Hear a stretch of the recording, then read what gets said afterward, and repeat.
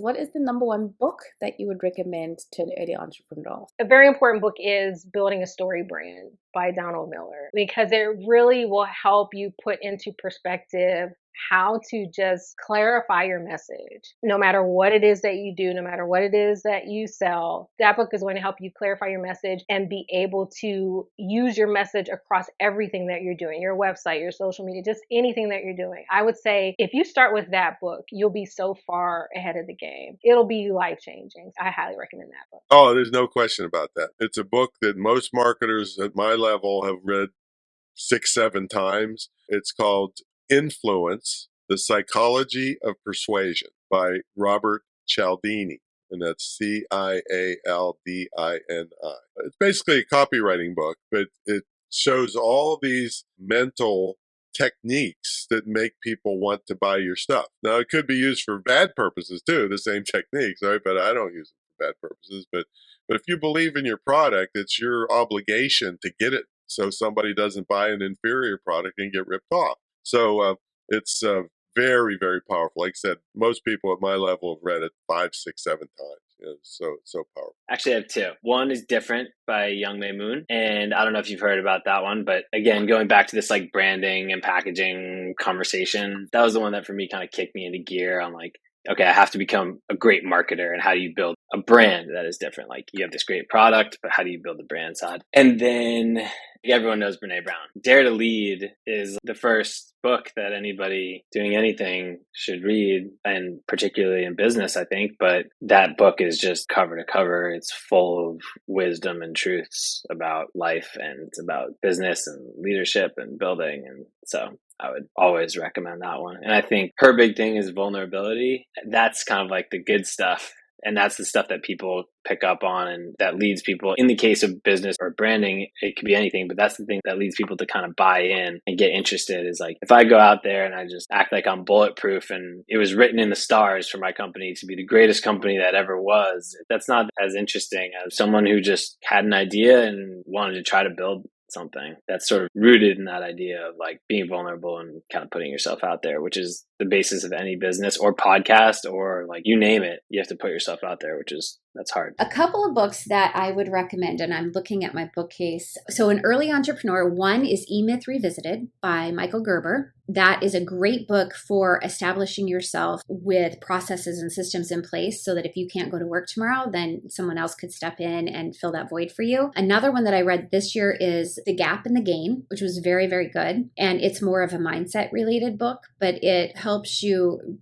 do some of those exercises like I talked about where you're evaluating what you're doing. You're looking at everything as an opportunity versus everything as, oh, if I made a mistake, I failed. From a spiritual perspective, I read a book this year called Don't Miss Out by Janine Cunnin, and it was fabulous because it really talked about how the Holy Spirit can help you. So if you are a person that is struggling with doubt, or if you are confused about your calling, it's a great place to start to really tap into the resource of the Holy Spirit within you to help guide you. Yeah. So I guess one of the big things would have to be imposter syndrome, right? A lot of us don't feel as though we're qualified to talk about whatever it is we want to talk about. But you'd be surprised on a scale of 1 to 10, where 10 might be, Tiger Woods and 0 might be you just trying to get started, or maybe somebody who has no idea what's going on at 0. You don't have to be an 8 or a 9 in order to show somebody something. You can be a 4 or a 5. And by being that 4 or 5, you can teach the 1s, 2s, and 3s that are just trying to learn it. And I learned that from Expert Secrets by Russell Brunson. It's a really great book to check out and really kind of get you over the idea that, oh yeah, I can teach people this. I can figure this out because you're ahead of a lot of people. So as long as you're one step further than the person you're trying to teach, usually you're going to be able to give them more information because you already have more experience. If you're an enthusiast, you enjoy doing it, it's something that you do already every single day or multiple times a week, you're going to inevitably know more about it than somebody who is just learning about it, who's just getting into it and wants to learn more. So Expert Secrets is one of the better books that kind of changed my thinking on this whole being able to, I don't want to say be an influencer, it's such a weird term, but being in a position to where you can show other people something that you are already doing. Contact marketing, this could be a long tangent, but guys, just write down Stu Heineck. You're not going to be able to spell his name right, but How to Get a Meeting with Anyone. Stu Heineck, How to Get a Meeting with Anyone. And I shouldn't have said that. If you do spell his name right, comment that you did, because I'm impressed. So Stu Heineck, How to Get a Meeting with Anyone. He's the founder of Contact Marketing, and his whole strategy is through gift giving and unique differentiating strategies to get meetings with people that are potentially hard to reach or out of your league. So he wrote a book on how to get a meeting with anyone, and he has different strategies. For me, I create cartoons. So we create cartoon digital headshots of people.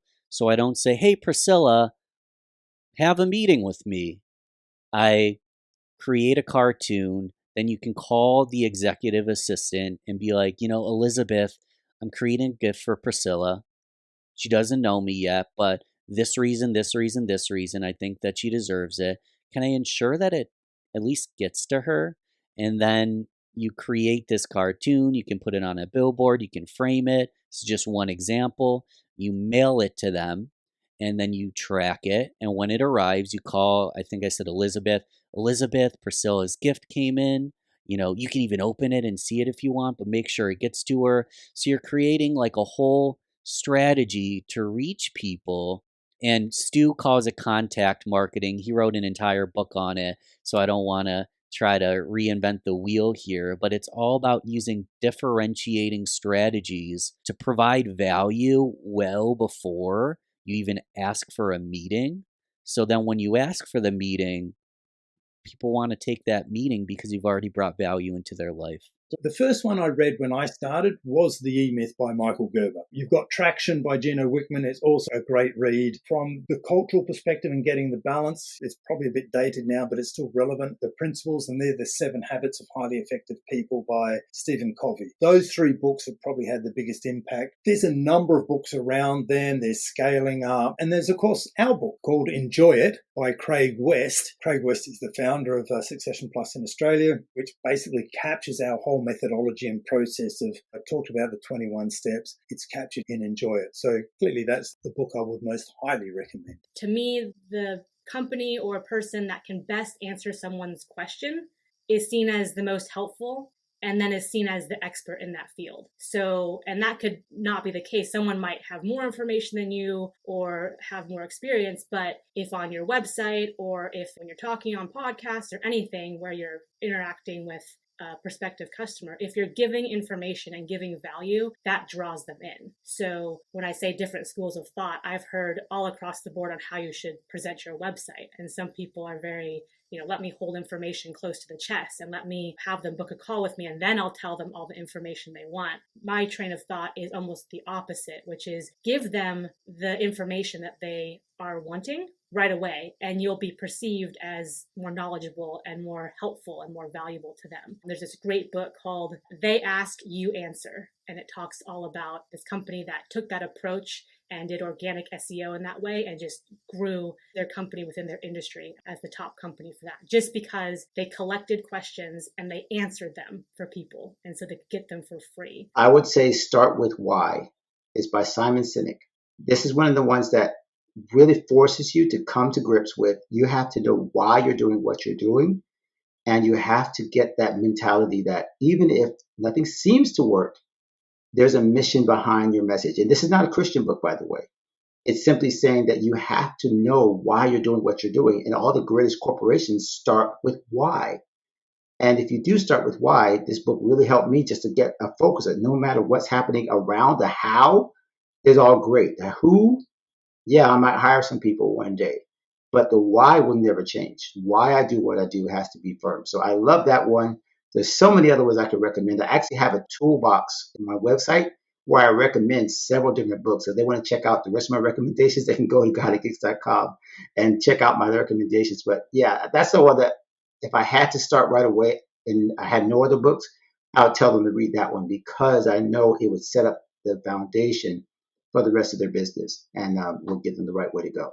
I am the queen of buying books. I have so many books. So Lisa Tosti has a book. It's called Hustle and Flow. She talks about understanding and accepting the masculine and feminine, that there's a little bit of hustle, but there's a little bit of just letting go and letting it flow. I've actually worked personally with Lisa and I love her book and her work. There's one called Letting Go. I can't think of his name, but it's a big one. It's basically saying like, give it up, stop trying to control this stuff. And it's hard, especially for somebody like me, who's got a lot of reasons why I think things need to be done a certain way. For me, that's my biggest mindset challenge. One of the things Lisa used to say to me when I'd get all up on my head was, did you go to the beach today? Go to the beach, go for a walk on the beach. I'm like, I can't go to the beach. I got to do this and this and this. And she's like, stop, drop everything. Time and time again, when I do that, that's where I see the opportunities happen, or that's when my brain stops thinking and I come up with these great ideas, right? And I'm always going to be reading them. I'm always looking for more. So anybody that's listening to this, if there's a book you think I should know about, connect with me on LinkedIn and tell me what book I should read, because I always want to find new ones. There's a new book that I've gotten a hold of lately, People Fuel by Dr. John Townsend. That is a fantastic book. We kind of take our health seriously sometimes these days, and we're